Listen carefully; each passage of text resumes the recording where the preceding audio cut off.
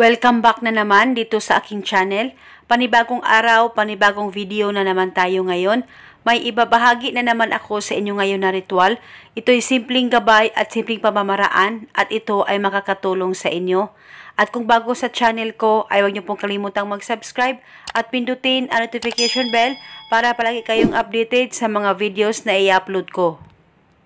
Gusto mo ba na ikaw lamang ang hanap-hanapin niya?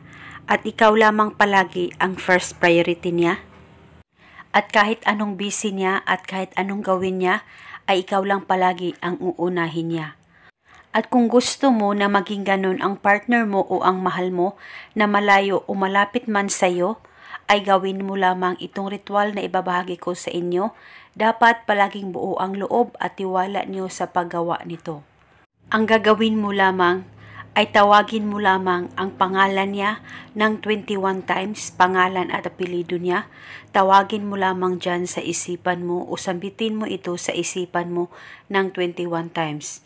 Maglaan ka muna ng kahit ilang minuto at gawin mo itong ritual.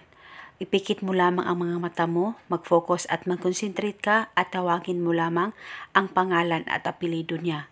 At paniguradong ikaw lamang ang hanap-hanapin niya sa lahat ng oras, malayo o malapit man kayo sa isa't isa.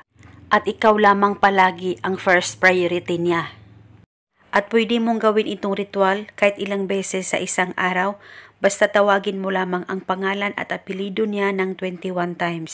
At gawin mo ito hanggang kailan mo gusto. At kung kayo ay may katanungan, mag-comment lang po kayo sa baba. At ito muna sa ngayon, maraming salamat po sa panonood. May God bless.